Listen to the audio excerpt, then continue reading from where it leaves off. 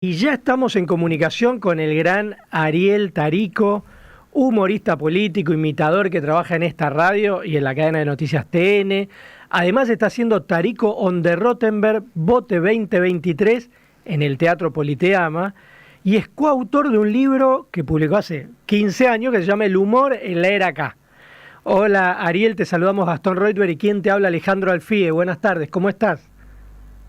Hola Alejandro, Gastón, ¿cómo están? Un gusto. Bueno, igualmente, y para mí es difícil entrevistarte porque te escucho todos los días con Johnny Viale, Marcelo Longobardi, con Nelson Castro, y bueno, realmente con Cristina Pérez.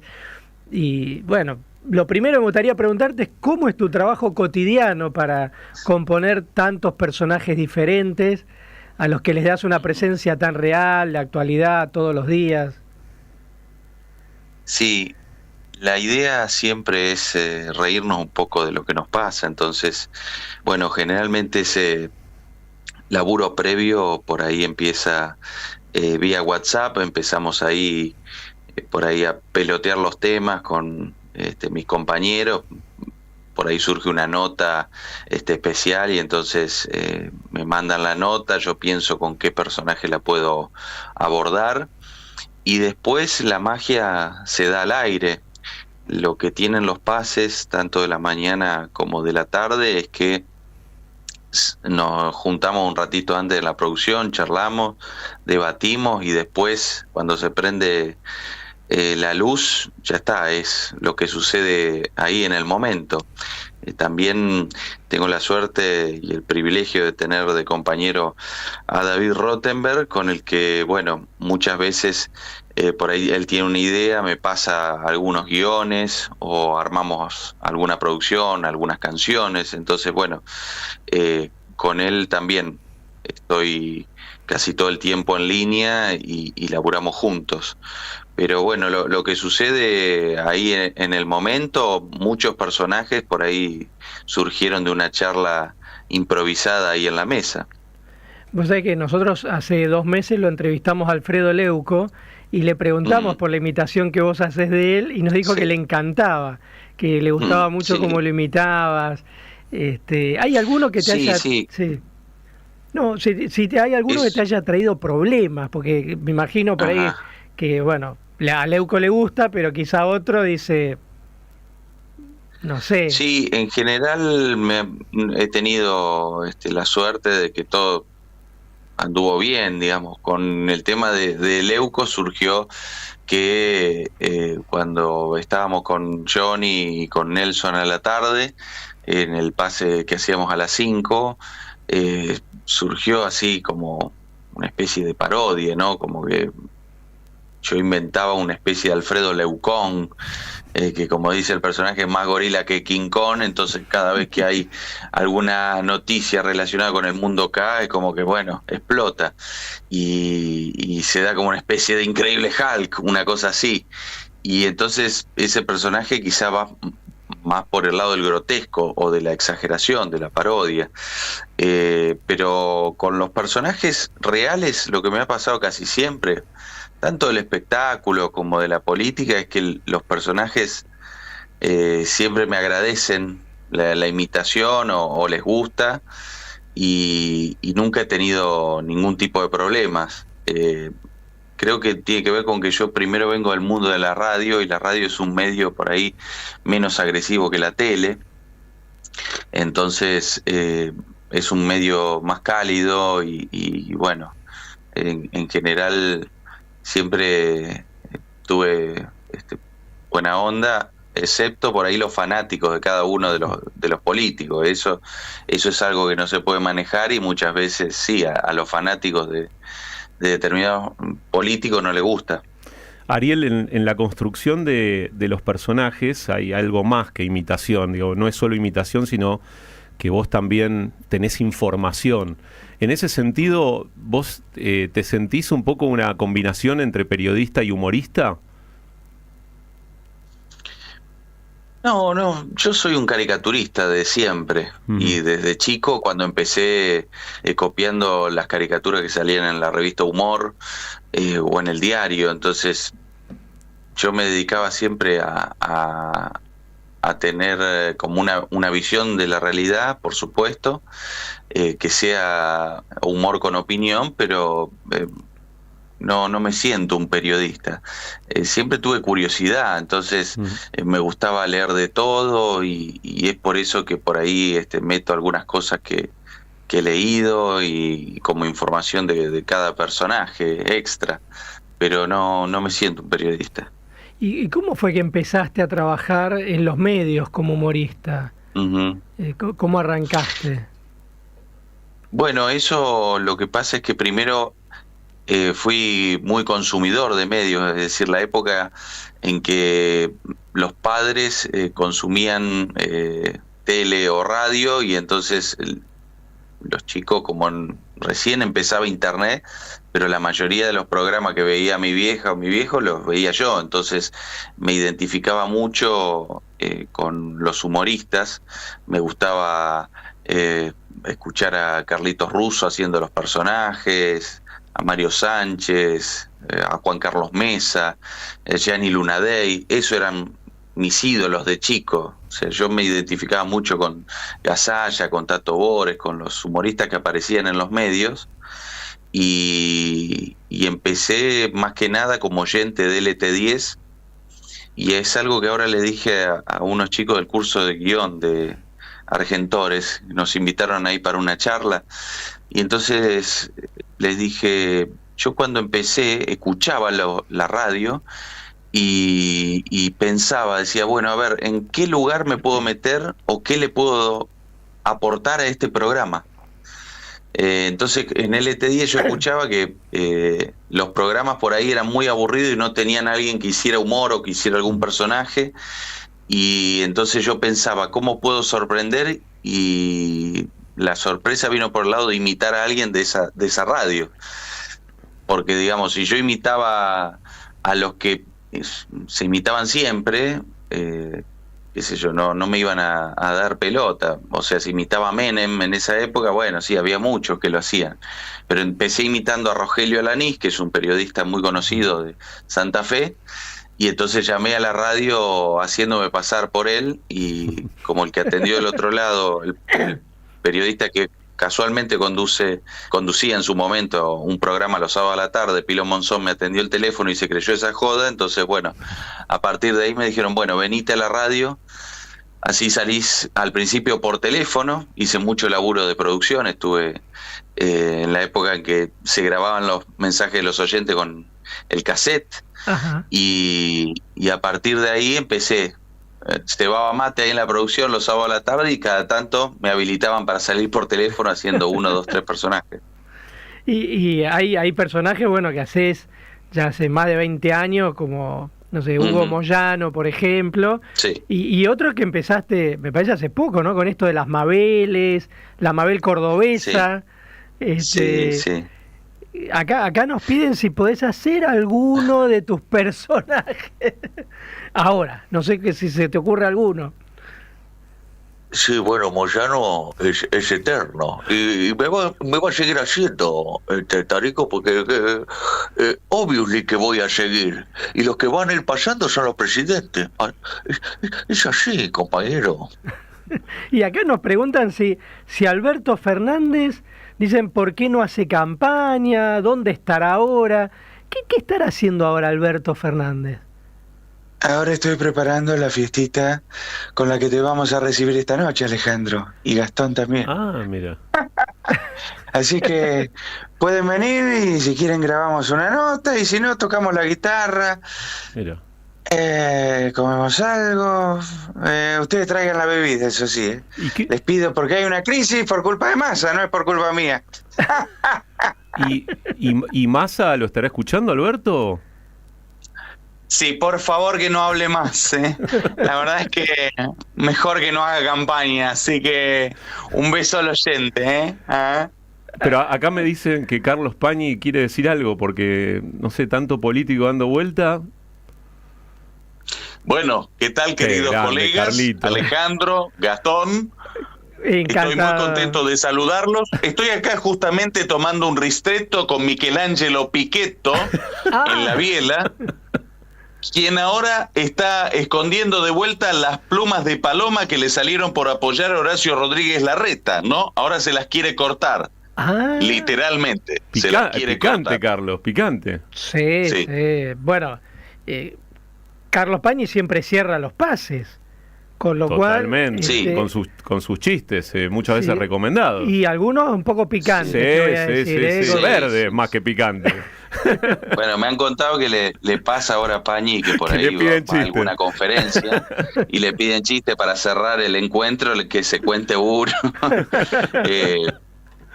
Y sé yo, lo que sucedió también con Pañi es algo que después lo fue armando la gente, es decir, surgió de joder un rato ahí en el pase y después fue creciendo y tal es así que bueno, ahora también en el Politeama lo hacemos como que cierra el espectáculo y la gente apenas me ve ya caracterizado con la pelada, es como que bueno, ya identifica cuál es el momento, ¿no? Es algo muy fuerte porque es como tomar los rasgos del personaje pero transformarlo en otra cosa, ¿no? En que en vez de hacer un editorial haga como un monólogo humorístico, y eso para mí es lo mejor, ¿no? Cuando tomás 2 o 3 rasgos del personaje y después lo transformás y realizás un muñeco aparte del personaje real. Y contanos, bueno, hablabas de esta que empezaron ahora con David Rottenberg. ¿De qué se trata un poco el espectáculo ahí en el Politeama? ¿Por qué decidiste además volver al teatro? Sí. Porque vos haces radio, televisión. Bueno, vos sabés que sí. Yo venía como con mucho laburo y bueno, no encontraba el día, el momento ni el tono que quería decir en el teatro. Entonces un poco surgió por emergencia, ¿no? Porque mucha gente nos pedía, bueno, ¿cuándo van a hacer un show? ¿Cuándo van a juntarse de vuelta con David? Que ahora estamos necesitando reírnos. Entonces surgió un poco por la presión del público y también porque, bueno, Juan José Campanella tuvo la generosidad de cuando apenas estaba haciendo el teatro Politeama, que es hermoso como quedó, que fue una tarea un poco de reconstrucción porque durante muchos años estuvo ahí ubicado. Se cerró creo que a fines de los 50 y no se volvió a abrir nunca más. Entonces, bueno, con unos socios decidieron hacer de vuelta el teatro y ponerlo como está ahora, que está impecable. Y entonces tanto insistió Juan José que finalmente yo dije, bueno, vamos a llevar un poco el programa que hacemos mensualmente con David en Rivadavia, llevarlo a las tablas, pero ese llevarlo a las tablas implicaba presentarnos así delante del público sin máscara, sin tanta caracterización, sino con algunas pelucas nomás, y ver cuál iba a ser la respuesta del público. O sea, fue como un poco por presión, por emergencia, porque siempre laburamos así. Con David, desde que nos conocemos de Radio Mitre, siempre laburamos con el chiste del momento para dentro de 15 minutos, ya se viene el aire. Entonces, si nos dan mucho tiempo para planificar algo, por ahí nos comemos un asado, tomamos una cerveza y nos olvidamos. Entonces, laburamos más que nada así, bajo la presión de la actualidad. Y entonces esto fue la charla a mitad de junio y Juan José nos dijo, bueno, vamos a ver el calendario, ¿qué les parece para vacaciones de invierno? Y hacer un día típico y probar ahí si hay demanda. Y bueno, la idea es justamente un martes que no hay nada, generarle a mucha gente una salida, un evento para que el día por ahí más choto de la semana puedan pasarla bien.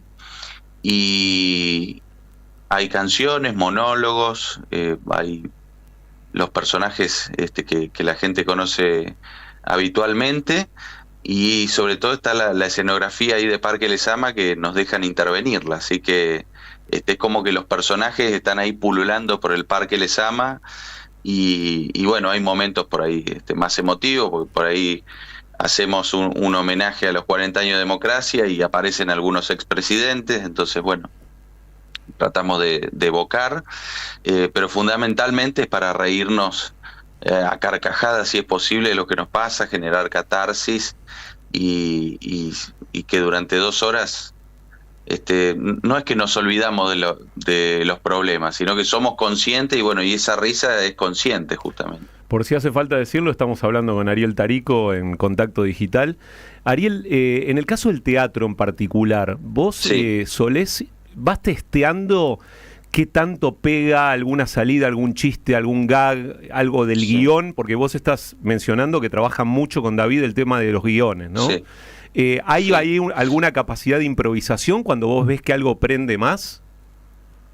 Mira, lo más difícil de todo es ensayar humor. Y en este caso, por ejemplo, con los ensayos, que el que armó toda la apuesta fue Campanella, con todo el equipo ahí, del Politeama, era muy difícil pasar el texto porque él estaba vía Zoom desde Miami viéndonos y cada tanto escuchábamos una risa de él. Entonces, el día del estreno, hay cosas que nos sorprendieron. Por ejemplo, cuando estábamos haciendo el momento de A Dos Voces, donde desfilan todos los candidatos, en un momento como Bonelli yo digo, bueno, ahora lo tenemos a el economista de la oposición, lo tenemos a Carlos Melconian, y apenas dije Melconian, el teatro se vino abajo. Y cuando empecé, y bueno, claro, gracias Marcelo, ojo, guarda, que se puede toda la mierda, el público estalló. Y eso es como que fue la sorpresa de la obra, fue que Melconian, uno de los personajes que no teníamos que iba a explotar, explotó. Así que, sí, qué sé yo, en el momento apenas aparecemos con David en el escenario, vamos como de a poco, de menor a mayor, testeando, y después, bueno, la idea es que todo el tiempo sea un surfear en distintas carcajadas, ¿no? De mayor o menor intensidad, pero eso no lo sabés hasta el día que estrenás. Y de hecho, bueno, ustedes venían haciéndolo todos los martes y anunciaste ahora que van a agregar los sábados a partir de fin de mes. Sí, es muy probable ahora porque justamente Brandoni tenía que hacer un par de viajes, entonces el sábado quedaría libre. Ajá. Así que seguramente a partir de la semana que viene se pondrán a la venta para el 23 y el 30 de septiembre. Ahí voy a ir a verte. Vamos a estar ahí. Porque los martes a mí se me complicaba mucho, pero un sábado para mí es más fácil y me encantaría ir. Sí. Los esperamos, no hay ningún problema. Y te hago una pregunta porque vos, aparte, trabajás en televisión y estás en el programa Una Vuelta Más, ahí en TN, con Diego Seigman. ¿Cómo es el tema ese de los personajes, de la animación computada? Porque esto de que hablás y en simultáneo se mueve, digamos, un muñeco en la tele. ¿Cómo se genera eso? Sí. Bueno, eso es todo un trabajo de equipo muy interesante, porque en el programa de Diego Seigman empezamos en la época de la pandemia, yo salía por teléfono desde mi casa. Por el tema de que, bueno, nos íbamos turnando en su momento para ir al canal, algunas veces salía en vivo, otras veces íbamos probando, y bueno, nos encontramos ahí un día grabando en la redacción de TN con Mariano Mena, que hace años que viene laburando con el tema animación. Yo había trabajado con él y todo el equipo en un programa que salió en Canal 9 que se llamaba El Club de los Famosos, que iba los sábados a la noche, y ahí interpretaba algunos personajes, entonces nos conocíamos de ahí, y ahora ya está más desarrollado el tema porque es una caricatura que realiza José Cerrudo. Es un tipo muy talentoso, y que eso va a una tablet y después el visor de la tablet a mí me mira los gestos de la cara y me copia el movimiento de los labios, y en la tele se ve ahí justo en simultáneo. Claro, por eso. Pero nosotros estamos en una oficina aparte, y el tema del cuerpo después son fotos. Es una combinación de dos animaciones, digamos, como el 3D con el 2D, podría decirse. Claro, o sea, la foto fija del personaje y los gestos, ¿no? De movimiento. Sí. Mira. Sí, exactamente. Y por ahí es mi cuerpo, y por ahí el cuerpo de algún productor o una productora, si el personaje es una mujer, entonces vamos variando el vestuario. pero se ha generado algo muy lindo porque muy vistoso también, muy acorde también a los colores de TN, se da también una cosa que no queda agresiva a la vista. Y bueno, eso es un laburo que también está mucha gente involucrada. Está Ezequiel Mesa en los guiones, está Sebastián Meléndez y Caito Lorenzo también en la producción, Nicolás Seija, que también es otro capo. Entonces, la idea es que el producto salga cada vez mejor y que cada vez le vayamos encontrando más vueltas, ¿no? Porque esto de la animación, viste, siempre hay algo nuevo que viene. Entonces siempre estamos atentos a cualquier innovación. Sí, además, Ariel, más allá del vivo, de la situación del vivo, lo que aparece en el programa de tele, también vive en las redes, ¿no? Que es donde tiene también una repercusión enorme, porque esos personajes y los cortes del programa también tienen muchísimas reproducciones en YouTube, por ejemplo. Claro, sí, eso es algo que yo no lo manejo, ¿no? Eso después lo maneja la gente. Es como, hay veces que por ahí cortan un momento que sucedió al aire, lo suben a Twitter y bueno, y ese contenido después se viraliza aparte. Hay mucha gente que también lo ve después y lo comparte, entonces cambió un poco la forma de ver o de consumir medios. Y bueno, particularmente también tanto con Diego Seyman como con Masachesi, nunca charlamos previamente del aire, ¿no? Todo se da ahí en el momento, ¿no? Y la idea es que siempre ese espacio sea como un recreo en medio de tanta pálida, tanta noticia, qué sé yo. La idea es como que aparezca el muñequito y bueno, y relajamos un poco. ¿Y cómo era con Nelson Castro? Porque yo me acuerdo cuando hacías el Nelson K, con él, ¿cómo arrancó tu relación con él? ¿Cuándo empezaste a trabajar con él? Claro.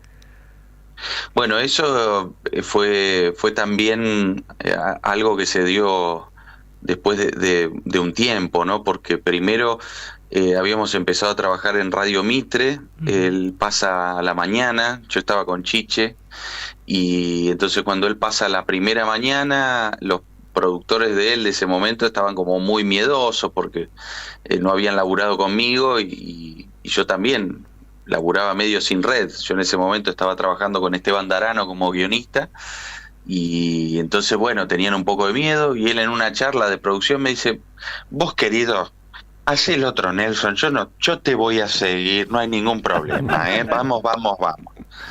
Y fue así, desde el primer día que debutamos ahí, que en ese equipo estaba de locutora Mariana Aquino, que ahora está con Fernando Bravo, estaba Horacio Caride, Leandro Bonsante, se dio como una química muy especial y a partir de ahí es como que el personaje fue creciendo, yo lo llevé al teatro y entonces una vez en el año 2014 me llama Marcelo Molina de TN y me dice, mira, queremos llevarlo a Nelson a hacer un programa, un magazine diario a la tarde, de 18 a 21.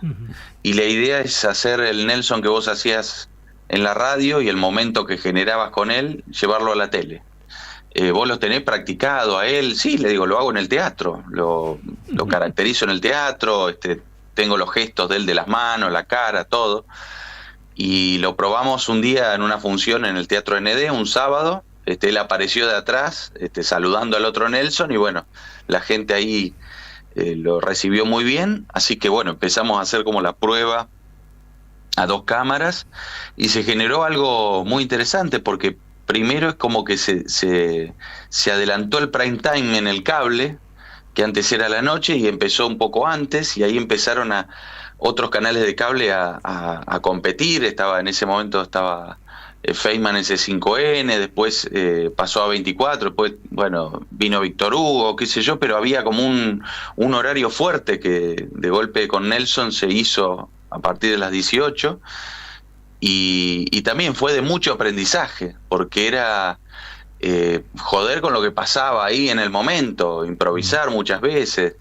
Y el personaje de Nelson K por ahí adelantó cosas que después hizo el personaje real, porque yo estaba en un croma, en un espacio del estudio verde, donde me cambiaban por ahí el escenario, por ahí en lo que me ponían atrás era el obelisco y yo tenía que simular como que trepaba el obelisco.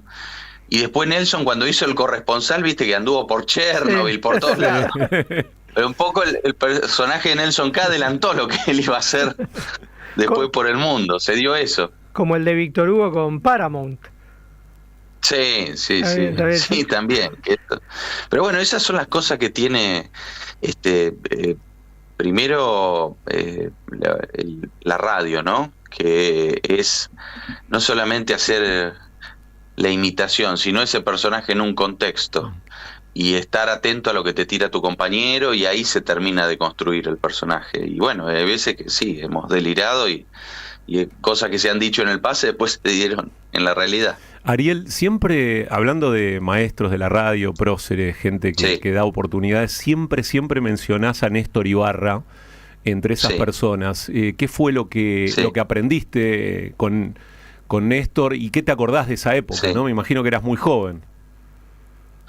Sí, tenía 19 años, cumplí los 20 años ahí en el año 2004, en el Hoy por Hoy, y que era un programa donde, bueno, estaba Beto Casella, Felipe Piña, Pacho O'Donnell, estaba Daniel Moyo, Marcela Labarca, era una selección, Eduardo Lázari de columnista, no sé, estaba el doctor Romero, eran todos los tipos que yo veía o escuchaba en la tele, de golpe los tenía ahí. Y con Ibarra lo que sucedía era que él se hacía en la mente que hablaba con el personaje de verdad. Entonces siempre yo salía por teléfono con David, o desde un estudio paralelo, que era el estudio donde estaba Magdalena, y entonces él nos escuchaba al aire y ahí se imaginaba los personajes y nos podía dar el pie. Era muy fuerte eso, porque él le preguntaba de verdad a los personajes y bueno, y además era un partener serio, ¿viste? Él no competía con vos, sino que te daba el pie justo y si tenía que hacer una pregunta seria te obligaba a estar informado.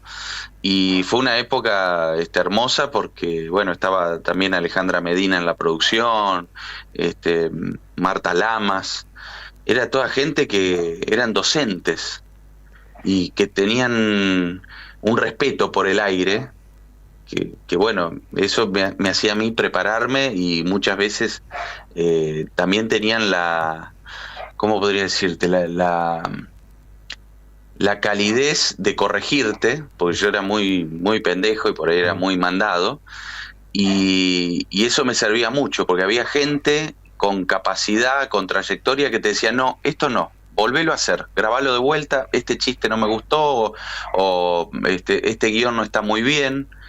Y entonces de alguna forma te corregían, pero también te cuidaban.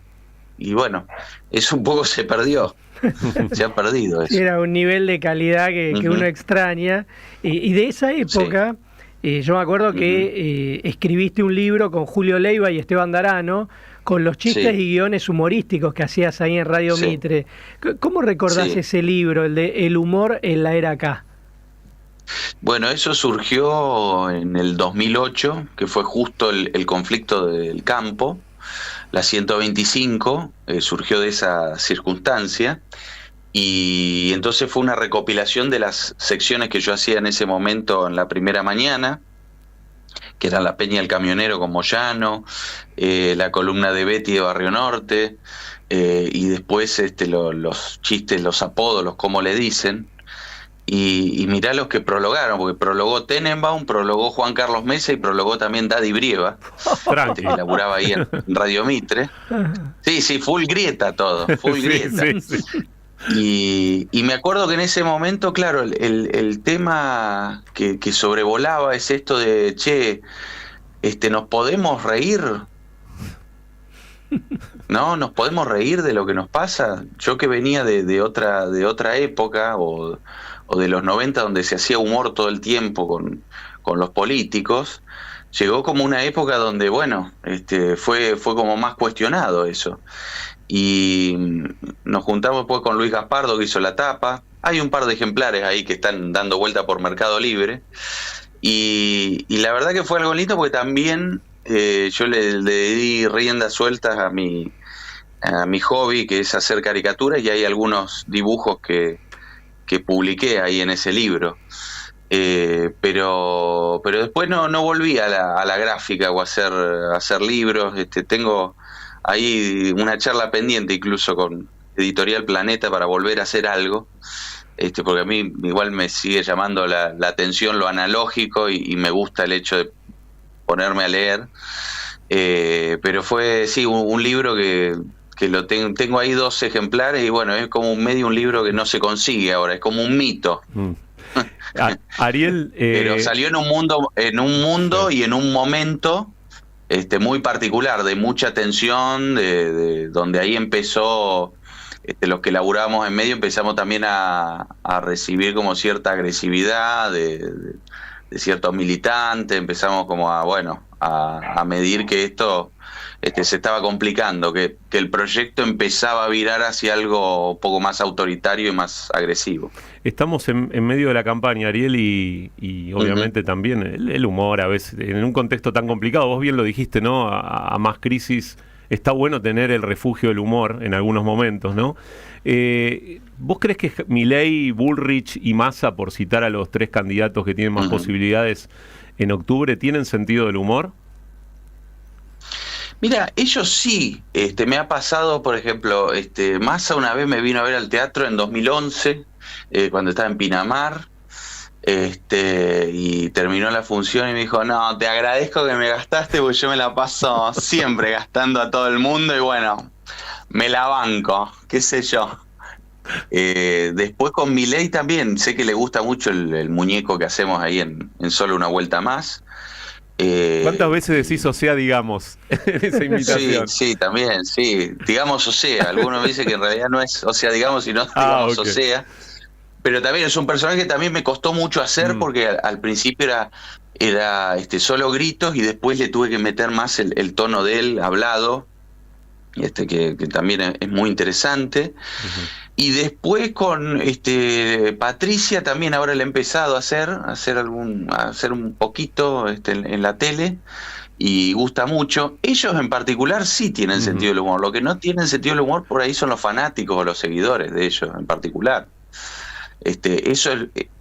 Pero eso también siempre el humor está de alguna forma, no te diría en riña, pero sí es como una piedra en el zapato del que es fanático.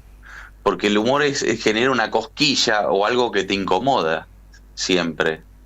Y entonces el que sigue ciegamente a alguien, a una persona, no le gusta que lo anden gastando o haciéndole un chiste.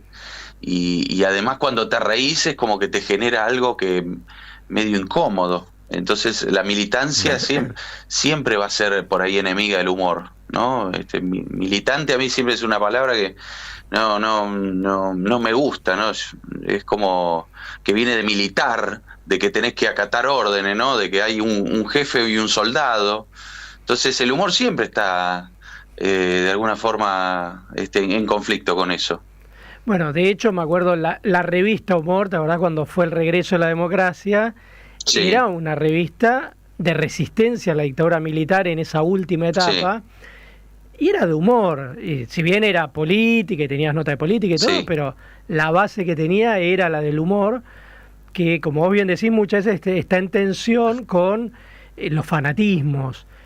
¿Cómo? Sí, yo me acuerdo una frase de Tomás Sanz a propósito de eso, que era el jefe de redacción ahí, y él marca justamente el regreso de la democracia como la vuelta por ahí de las divisiones dentro del campo ese cultural que ellos estaban, porque de alguna forma era una revista culturalmente alfonsinista, tenía cierto apego o cierta simpatía por Alfonsín, si bien en la redacción había liberales como Alfredo Grondona White, tenías peronistas que escribían también, escribía José Pablo Feynman, pero Tomás Sanz decía, cuando vino la democracia, los peronistas nos trataban de gorilas, a los radicales no le hacíamos mucha gracia porque hacíamos chistes con Caputo o con las figuras del gobierno radical, los de izquierda que nos seguían decían, ustedes ya no son tan de izquierda.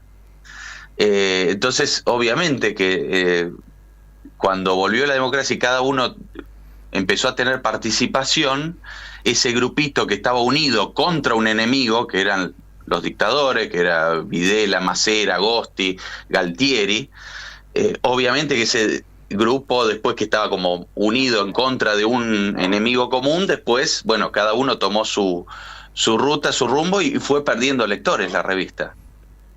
Sí, sí, es algo que ocurrió y que, bueno, uno de alguna manera también entiende en el sentido, bueno, que se perdió también ese enemigo contra el que luchaban. Y ahora que estamos, pareciera ingresando en una nueva etapa de fanatismo, o no sé si vos lo ves así, pero que empieza a haber también cierto nivel de intolerancia. ¿Sentís eso en tu trabajo o no? Todavía no. Sí, sí, y yo pienso que a ver, es como una tendencia mundial también que hay. Y que todos estamos como en conflicto o en zona de guerra, y que obviamente por ahí donde más se siente eso es en las redes. Después más allá de eso no hay como una cosa que digo, bueno, qué pesado es mi laburo, o qué sé yo, o qué difícil se hace, porque después también en el teatro cuando vienen y se ríen todos, y hay como una especie de comunión, ¿no? De que todos se sientan ahí y nos reímos de todos. Pero en las redes sí, por ahí es el campo de batalla, y donde más se siente por ahí esa hostilidad. Pero es natural que pase, digamos, y en ese sentido el humor siempre está ahí para, bueno, para poner otra mirada y para generar otros debates, y bienvenidos, y esos debates también son cuestionar al humor o a los humoristas. Nosotros también somos objeto de crítica, ¿no? En eso no me corro ni digo estoy en un lugar privilegiado donde nadie me puede criticar. Sos un profesional que trabaja mucho con la voz, bueno, también con el cuerpo, ¿no? Porque de algún modo también ir al teatro implica poner el cuerpo, ¿no? ¿Tenés alguna técnica en particular para cuidar la voz, pensando que tenés tantas horas de radio, por ejemplo? No, tecito con miel, lo único. Mira, ahí está, bueno, ahí está el consejito. Agua, mucha agua, bueno. Y después las técnicas por ahí las aprendí en la carrera de locución, ¿no? De respiración, para no quedarme sin voz y eso. Pero más que nada ya es esa técnica o esos ejercicios, de alguna forma es como que ya los tengo como incorporados, y salvo que esté al límite donde no pueda hablar o esté con la voz muy nasal, en general es como que siempre salgo al aire sí o sí. Es como que la fuerza o la pasión por este laburo es más fuerte siempre. Bueno, Ariel, nos estamos quedando sin tiempo, nos quedaríamos 4 horas más. Pero tiene que descansar porque es sábado, después empieza la semana, así toda que la tarde. Ya lo ocupamos bastante. Pero te doy un minutito para cerrar con lo que quieras. La señora Mirta Legrand, ¿qué diría de todo esto? De toda esta hora de conversación. Hola chicos, ¿qué tal Gastón? Hola, ¿cómo estás querido? Hola Alejandro, los felicito. ¿Qué programa que hacen los sábados a la tarde? Yo los escucho, los escucho cuando me preparo para ir al teatro. Y hoy tenemos una función especial, porque hoy es el cumpleaños de Pablo de León, así que Pablo de León, vamos a ir a saludarlo y a festejarlo. Vamos a estar. Usted sabe que la Chiqui empezó en radio gracias a Pablo de León cuando era director artístico de otra emisora de la red. Él me convocó para hacer radio a las 5 de la tarde. Sí. Año 2004-2005. Qué medalla esa para de León, ¿eh? Sí, bien. Sí. Muy bien. Sí. Es, bueno, lo único importante que hizo en su vida y en su carrera, convocarme a mí. Se animó, Hay que animarse a ofrecerle algo así a la Chiqui, A mí me encanta la radio porque es el teatro de la mente. La radio es donde han brillado grandes artistas como Nini Marshall, los 5 grandes del buen humor, Sandrini, donde se han destacado, por ejemplo, Landricina, Carlitos Russo, Mario Sánchez, el doctor Pueyrredón Arenales. ¿Qué sería de nosotros sin el humor en la radio? Estaríamos todo el día con cara así amargada. Así que por eso, que viva el humor, que viva la radio. Prendete a la Chiqui, prendete a Contacto Digital, prendete a Rivadavia. Chau. Chao. Aplausos. Un placer enorme, la Chiqui. Ariel Tarico, muchísimas gracias por esta entrevista en Contacto Digital y por lo que haces siempre, que realmente es maravilloso. Muchas gracias, Ale. Abrazo grande para vos y para todos los oyentes. Bueno, un fuerte abrazo. Era Ariel Tarico, humorista político, imitador está haciendo su show Tarico on the Rottenberg Bote 2023 en el Teatro Politeama, un hombre de la casa.